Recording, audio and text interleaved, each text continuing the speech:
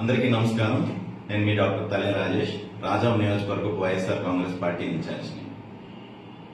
చంద్రబాబు నాయుడు గారి పరిపాలనలో సచివాలయం శాశ్వత నిర్మాణ భవనానికి పెడుతున్న ఖర్చులు చూస్తుంటే చాలా అనుమానాలకు తావస్తుంది.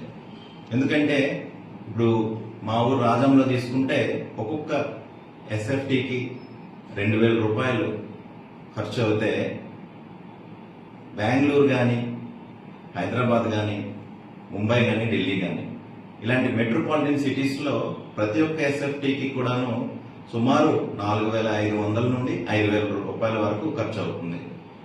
అదే అమరావతి నిర్మాణ ఖర్చులు చూస్తే అది ఎస్ఎఫ్టీకి 18,300 రూపాయలను నిర్ణయించడం జరిగింది. మరి ఇంత భారీ ఎత్తున వ్యత్యాసం ఎందుకు వచ్చిందనేది చంద్రబాబు నాయుడు గారు ప్రజలకు చెప్పాల్సిన అవసరం ఎంతైనా ఉంది. బహుశా నాకు తెలిసి మన దేశంలోనే అత్యంత ఖరీదైన నిర్మాణంగా ఈ యొక్క నిర్మాణాన్ని మనం చెప్పుకోవచ్చు. ఒకవైపు చూస్తే మనకి పెట్రోల్ ధరలు కానీ, ఐరన్ కానీ, మిగిలిన ఓర్స్ కానీ అన్ని ఏ ధరలో కూడా పెద్దగా పెరగలేదు. ఇంకా ఇసుక సంగతి మనకు తెలిసిందే. కృష్ణానదిలో మనకి ఉచితంగా ఇసుక దొరుకుతుంది.